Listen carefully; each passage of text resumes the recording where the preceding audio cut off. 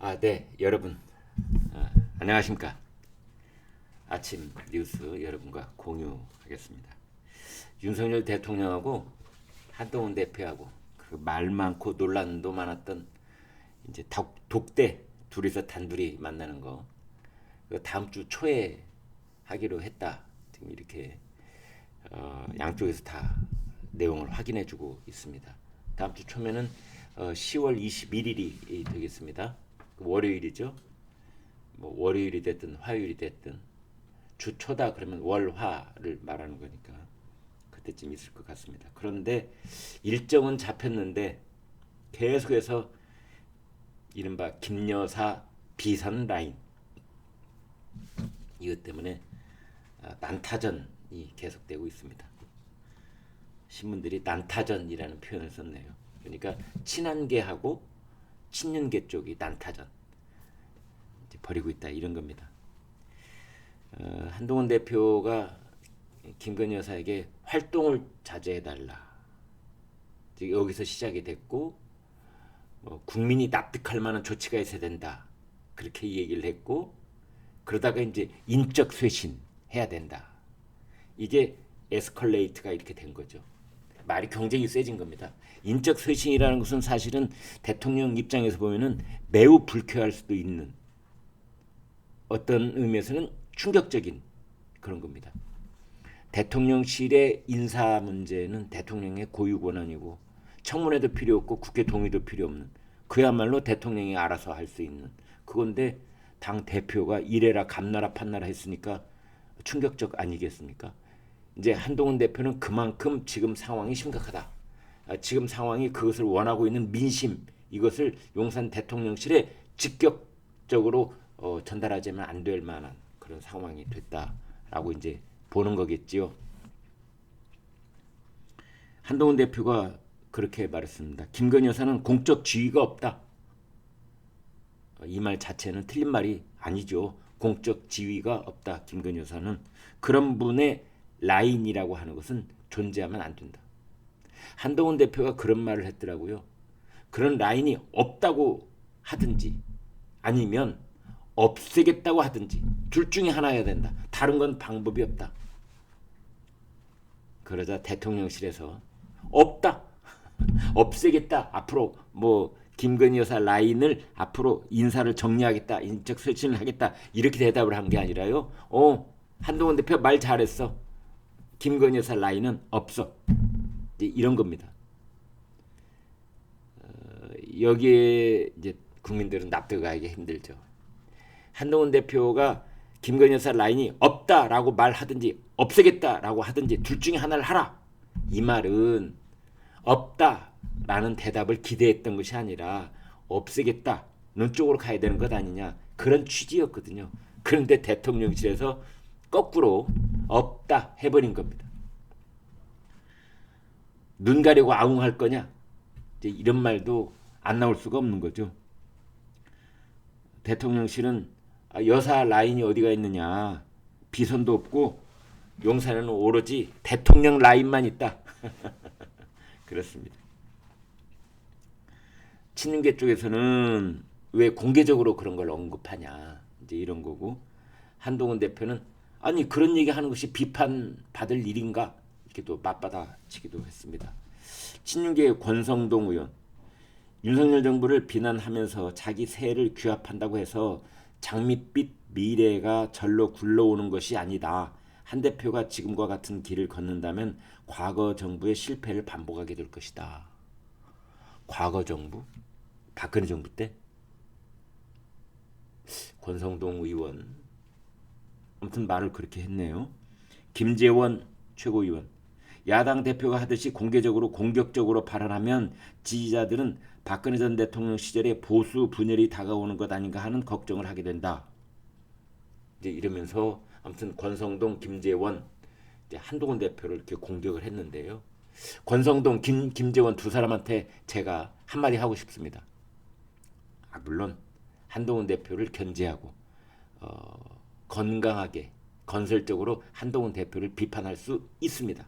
그런데 권성동, 김재원 왜 김건희 여사에 대해서는 아무 말이 없습니까? 김건희 여사가 잘하고 있습니까 지금? 그러니까 권성동, 김재원 이 친윤계의 핵심 인사 두 분도 당 대표를 비판하는 건 좋은데 그만큼 또 김건희 여사에 대해서도 쓴소리를 할 것이 있으면 해야 되는 것 아닌가, 이제 이렇게 볼 수 있겠습니다. 아무튼 이겁니다. 비선실세, 국정농단. 지금부터 8년 전에 청와대 주변에서 그렇게 시끄럽게 들끓었던 그 용어들 있잖아요. 비선실세, 국정농단. 이런 말들이 다시 언론에 등장을 하기 시작했다는 것이 참 안타깝고 참 걱정스러울 뿐입니다.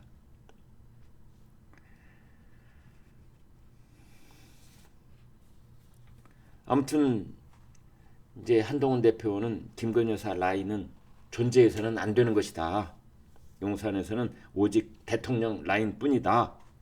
대통령실 공적 업무 이외에 비선으로 운영하는 조직 같은 것은 없다. 그건 유언비어다.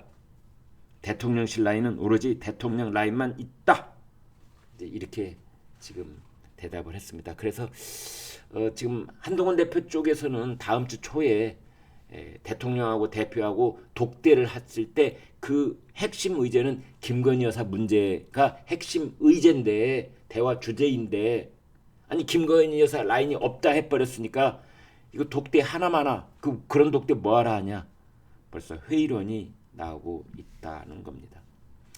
한동훈 대표가 지금 뭐 김건희 여사 라인 숫자를 얘기한다든지 또 사람 몇 명을 얘기한다든지 이제 그러지는 않고 있는데요.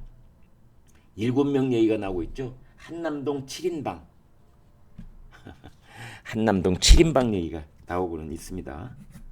한동훈 대표는 처음 듣는 얘기다, 그렇습니다. 어제 중앙일보가 아주 중요한 뉴스를 하나 실렸는데 익명으로 보도를 하는 바람에 이제 그냥 지나간 게 있습니다. 이른바 용산 대통령실에서 한남동 라인, 비선실세라고 했던 한남동 라인의 모 인사가 용산 대통령실을 퇴직을 하고 모 공공기관장으로 간다. 이게 파다하게 돌았거든요. 그러자 한동훈 대표가 그러면 안 됩니다 라고 대통령실의 고위 관계자한테 얘기를 했다고 해요. 대통령실의 고위 관계자 누굴까요? 정진석 비서실장 아닐까 생각을 하는데, 그런 이제 정진석 비서실장이 이제 그 사람한테 주의를 줬다는 거 아니에요? 그러면 안 된다. 그렇게 용산 대통령실에서 어제까지 뭐 비서관이나 뭐 했던 사람이 그 관두고 그 이튿날 갑자기 공공기관에 내로를 하는데 또 가게 되면 어떻게 되는 거냐. 그랬더니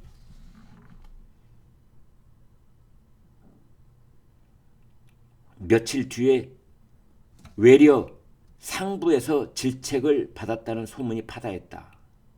그만큼 한남동 라인의 위세를 보여주는 방증 아니겠는가 그랬는데요. 비서실장보다 윗선이 상부에서 질책을 했다? 누구예요? 대통령밖에 더 있나요? 그런 소문들이 파다했습니다. 그러니까 실장이 비서관들 뭐 공공기관장으로 그 한남동 라인, 한남동 실세들 이제 간다고 하니까 비서실장이 그러면 안 된다 했더니 오히려 그 상부에서 불러서 질책을 했다는 건데요. 이런 제목입니다. 한동훈이 지적한 한남동 라인 참모, 주의를 준 용산 관계자가 오히려 질책을 당했다. 지금 이렇게 알듯 모를 듯 그리고 익명으로 처리가 된 기사인데요. 이 제목으로 뽑힌 거. 이게 바로 한남동 라인이 공공기관장을 꿰차려고 하자 한동훈 대표가 그러면 안 된다. 라고 용산 대통령실의 고위 관계자한테 말했고, 이 고위 관계자가 그 비서관을 불러서 주의를 주자 오히려 상부에서 고위 관계자를 불러서 질책을 했다. 네가 뭔데 왜 한남동 라인이 어디 가고 저리 가는 거에 대해서 네가 끼어들어? 참, 이게 지금 기가 막힌 현실입니다. 그래서 아무튼 명태균을 비선으로 볼 것인가 말 것인가, 한남동 7인방을 비선으로 볼 것인가 말 것인가, 그 얘기가 더 진정이 되면은 김건희 여사를 비선으로 볼 것인가 말 것인가, 뭐 이런 근본적인 질문들이 남게 됩니다. 아무튼 윤한 독대하겠다는데 만나기도 전에 진이 빠질 그런 상황입니다. 네, 김건희 여사 문제와 관련된 상설 특검을 놓고 어제 그 국회 법사위에서 법제처장은 편향된 특검이다, 민주당이 국회 규칙 개정에 위법성이 있다는 취지로 이야기를 했고, 야당에서는 윤 대통령 호위무사냐 또 뭐 이렇게 비난을 했다는 겁니다. 조선일보 사설 김건희 여사 라인 논란 제2부속실 약속 지켜라. 지금 뭐 사무실 공사를 진행 중이라고 하는데 도대체 이게 9개월이나 걸릴 일이냐. 왜냐하면 윤석열 대통령이 지난 1월에 김건희 여사 특검법을 거부를 하면서 제2부속실 설치 의사를 밝힌 바 있거든요. 지금 이제 10월 중순인데요. 이게 9개월이나 걸릴 일인가, 그런 겁니다. 검찰은 김건희 여사 도이치모터스 주가 조작 사건 연루 의혹과 관련해서 수사심의위원회 안 열기로 했답니다. 그래서 17일, 그러니까 모레 아무튼 레드팀 반대편에서 검증하는 그런 작업 거친 다음에 무혐의 불기소 처분 발표할 예정이다, 이렇게 보면 되겠습니다. 저는 그 이진숙 방통위원장이 최근에 신의 한 수를 뒀다, 이렇게 봅니다. 정말 야, 이진숙 방통위원장 정말 대단하다고 보는 것이, 그 헌법재판소가 마비될 뻔했잖아요. 정족수 부족으로 탄핵 심판이 정지되는 것을 부당하다 이러면서 가처분 신청을 냈습니다. 헌법재판소에. 그것이 헌법재판관 9명 만장일치로 받아들여졌습니다. 그래서 지금까지는 헌법재판소법에 따르면 7명 이상이 있어야 심리도 하고 결정도 할 수 있는데 이건 잘못된 거예요. 그래서 그걸 무효. 그래서 지금처럼 17일 날 모레 헌법재판관 3명이 정년 퇴직을 하더라도 나머지 6명으로도 심리도 하고 결정도 할 수 있다. 네. 이런 결정을 내리도록 이진숙 방통위원장이 가처분 신청을 냈고 그것이 받아들여졌습니다. 물론 본안 소송도 냈습니다. 이제 본안 소송의 최종 결정이 있어야 되겠지만 아무튼 그 사이에 공백 기간 없이 이진숙 방통위원장 지금 이 탄핵 소추안이 국회를 통과해서 직무가 정지돼 있잖아요. 그게 하대명년 직무 정지된 기간이 뭐 1년, 2년 이렇게 갈 수는 없는 것 아닙니까?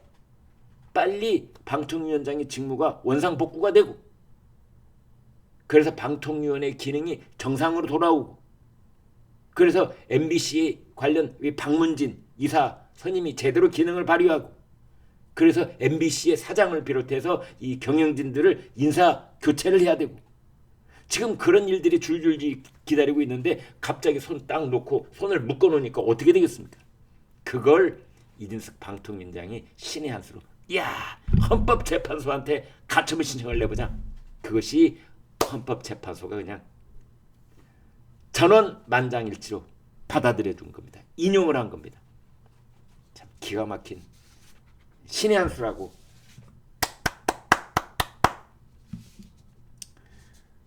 그래서 뭐 일부에서는 이게 의결 정족수가 아닌 심리 정족수에 관한 것일 뿐이다, 뭐 이런 얘기도 있는데요.